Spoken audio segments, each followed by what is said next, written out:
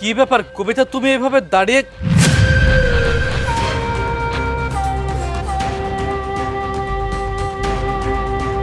আরে কি ব্যাপার কবিতা, তোমার পেটটা তো আমি আগে দেখেছিলাম একরকম, এখন দেখছি আরেক রকম। কি হয়েছে? আসলে হয়েছে কি, আমার তো 8 মাস চলে না, বাচ্চা না লাড়াচাড়া করতে গিয়ে উল্টে গিয়েছে, তাই আর কি পেটটা এমন লাগছে, এর জন্য দাঁড়িয়েছিলাম। স্যার আপনার বউ প্রেগনেন্ট না, মিছা কথা কইতাছে। এই এই ফকিরের বাচ্চা, তুই এসব কি বলছিস? আমার বউ প্রেগনেন্ট না মানে তুই বললে আর আমি বিশ্বাস করে নিব নাকি? স্যার আপনার বউ আপনার সঙ্গে প্রতারণা করতেছে। কিছুক্ষণ আগে একটা মেয়ে মানুষ আপনার বউয়ের শাড়ি ধরে টান মারছিল, 3টা বেলুন ছিল, আমি ফুটাই দিছি। আবার আমার বড়টা নাতিনে খেলতো, হেডে নিয়ে পেটের মধ্যে বাঁধতেছি, সে চেক করে দেখেন। আরে দেখ, ভালো হচ্ছে না কিন্তু। শোন, তুই রাস্তার মধ্যে ফকির ভিক্ষা করছিস বলে তুই ভাবিস না যে তোকে আমি ছেড়ে দিয়ে এখান থেকে চলে যাব। তুই আমার স্ত্রীর ব্যাপারে উল্টাপাল্টা কথা বলবি, আমার সন্তানের ব্যাপারে উল্টাপাল্টা কথা বলবি, আর সেটা আমি মুখ বুজে নেব?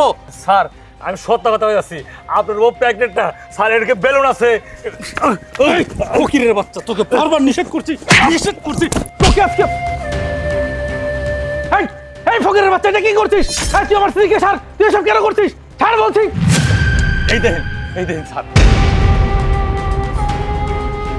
হ্যাঁ তাই তো, আমি তো দেখে অবাক হয়ে যাচ্ছি। কবিতা, এইসবের মানে কি?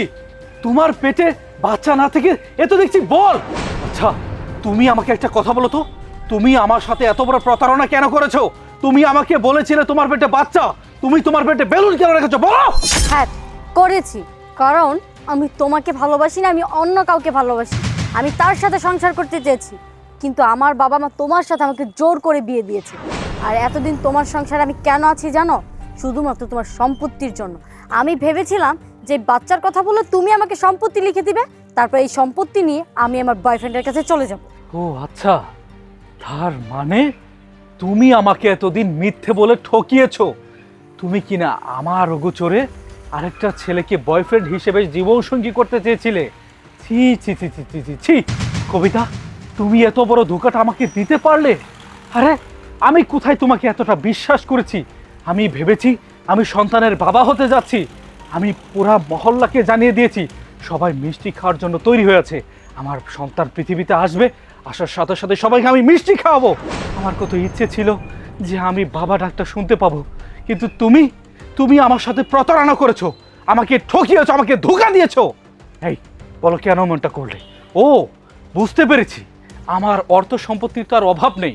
তুমি এই সব কিছু আত্মসাৎ করে তুমি তোমার বয়ফ্রেন্ডের সাথে থাকতে চেয়েছিলে, তাই না? কেন করলে বলো, কেন করলে এমনটা? কি দোষ ছিল আমার? তুমি আমার জীবনটাকে কেন নরকে পরিণত করলে বলো? ও তুমি কিভাবে বলবে?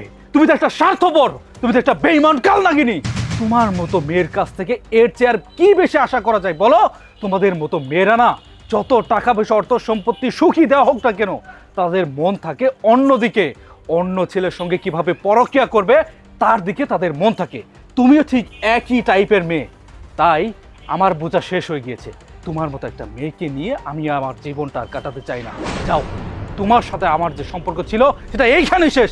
আমি তোমাকে ডিভোর্স দিব। তুই আমার চোখের সামনে থেকে এই মুহূর্তে দূর হ, যা বলছি।